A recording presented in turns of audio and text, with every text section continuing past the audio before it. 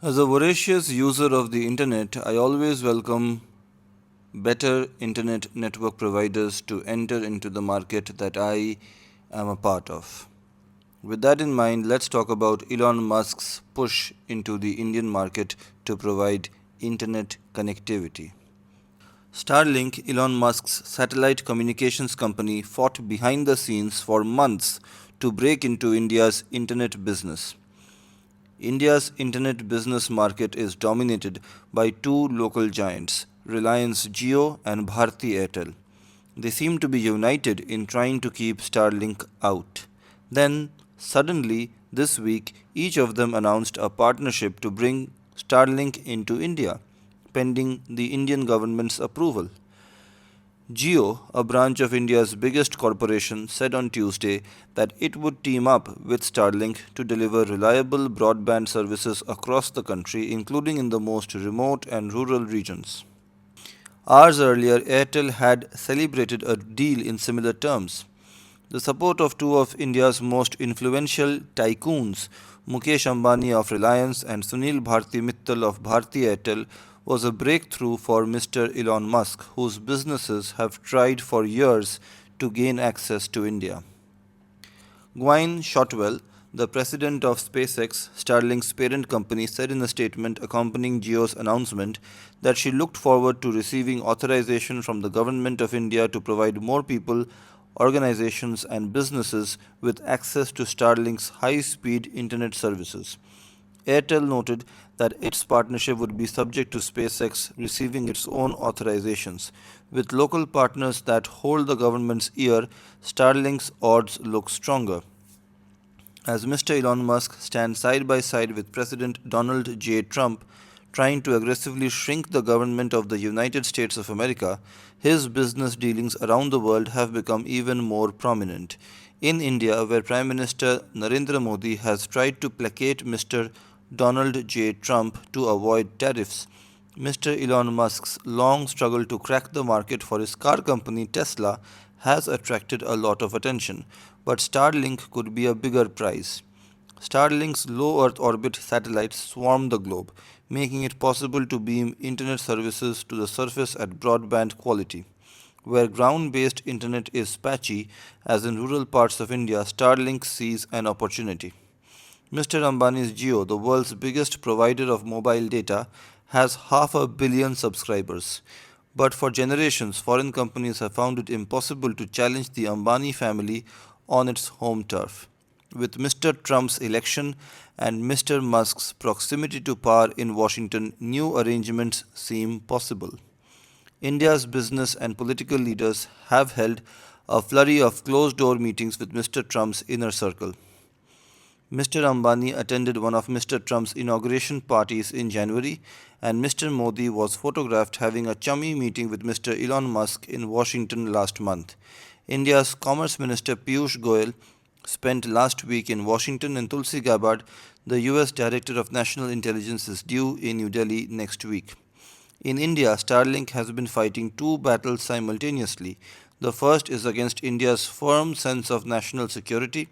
To qualify for a communications license, foreign companies need to pass a gauntlet of regulatory tests.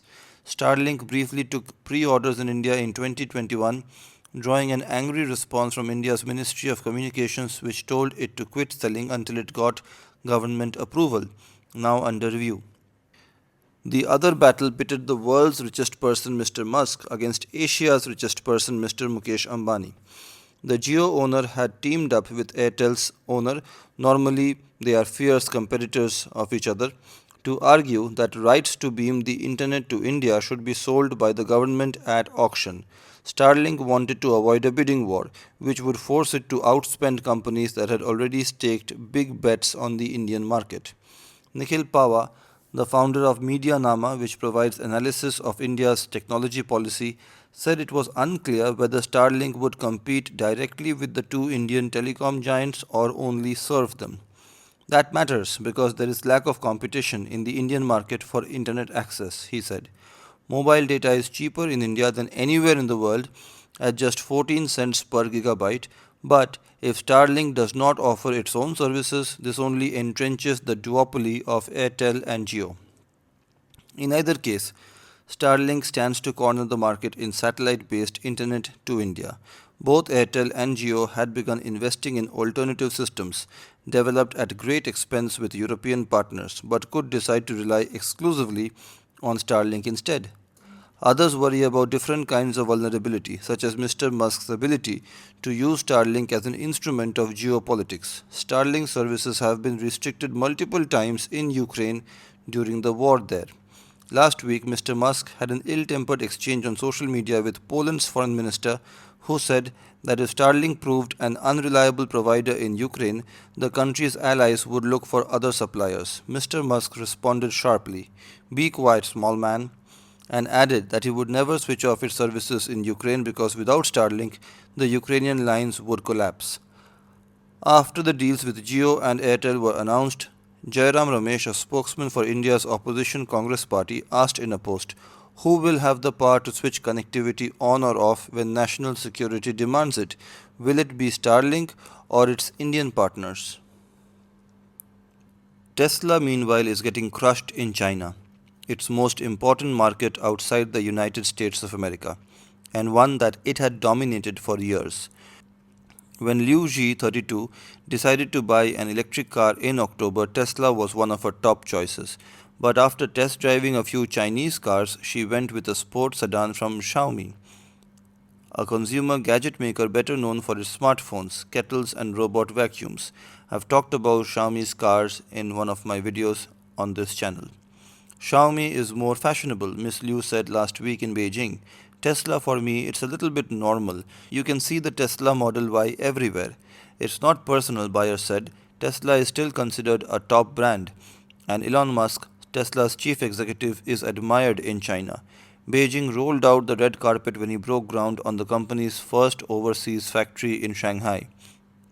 Mr. Elon Musk is credited with igniting China's local electric vehicle industry. But now that market is a bloodbath of competition from Chinese rivals. Chinese drivers that once flocked to Tesla are turning more and more to local brands that offer more efficient cars with better technology, sometimes at half the price. Tesla's biggest rival, the electric car giant BYD, Build Your Dreams, sold 481,318 cars in the first 2 months of this year. That is 481,318 cars in the first 2 months of this year, over three quarters more than it did over the same period last year. Tesla sold 60,480 vehicles in the first 2 months of the year, a drop of 14% from last year. Tesla's sales in China are plunging as the car maker faces criticism over Mr. Elon Musk's role as an aide to President Trump in charge of cutting federal spending. Tesla lost about a quarter of its value over the past month as investors shunned the stock. The threat that BYD poses Tesla in China has been building for years. BYD has sold around 1 million more cars each year for the past 3 years. The popularity of BYD has been driven in part by the fact that its cars are cheaper. It has helped that local governments sometimes steer business in the company's direction. But a property crisis and a broadly slowing consumer economy have hit households and badly dented people's appetite to shop, making it hard for all car makers. Things have become so bad that the government began offering subsidies a year ago for consumers to trade in their old cars. The government increased the incentives last week. Domestic companies have benefited from the subsidies, but so has Tesla. Even amid the economic slowdown, there is still a market for luxury cars for those who can afford them. Miss Liu, who had a budget of around 41,000 American dollars, said Tesla would have been an affordable luxury option compared with the 41,305 American dollar Xiaomi SU7 Max that she ended up buying. And while Tesla offers a 5-year zero interest loan, Xiaomi does not offer any financing. Many Chinese drivers are also willing to pay more for advanced technology like self driving, an area in which Tesla has lagged because the government has delayed the company's introduction of similar or better technology. But Tesla faces another problem: demand. Sales are slowing for all cars in China. The policies aimed at replacing gas guzzlers with electric vehicles have helped. In cities like Shanghai and Beijing, car owners can trade in older cars for a new one and get a nearly 2,100 American dollar subsidy. In some Tesla dealerships, employees have created a wall with photos of the cars that buyers have traded in. They range from Porsches to Mercedes and even the occasional Chinese car. But trading in an old car for a new one is usually a one time thing. For many dealers, it is getting harder to sell any car. It was okay 2 years ago, but now the market is saturated, said Chen Jiaming, a salesperson at an FAW Volkswagen dealership in Shanghai, a collaboration of the Volkswagen Group with the state owned FAW Group. Mr. Chen works out of the new energy vehicle block in the basement of a mall near Shanghai's Shongshan Park that was converted from a food court 3 years ago when electric vehicles first took off in China. Some of the 1 dozen dealerships in the basement of the mall have already left. The lights inside were turned off on a recent weekday. A row of claw machines lit up another empty space. In order to keep the FAW VW dealership from closing, the mall gave it 7 months of free rent, Mr. Chen said. I think Tesla's competitiveness in China will only last for the next 2 or 3 years at most, said Mr. Chen, who owns a BYD. Tesla's driving technology is no longer cutting edge compared with local rivals, he added. After years of lobbying the government, Tesla was finally allowed to offer a version of its autopilot technology to Chinese drivers last month.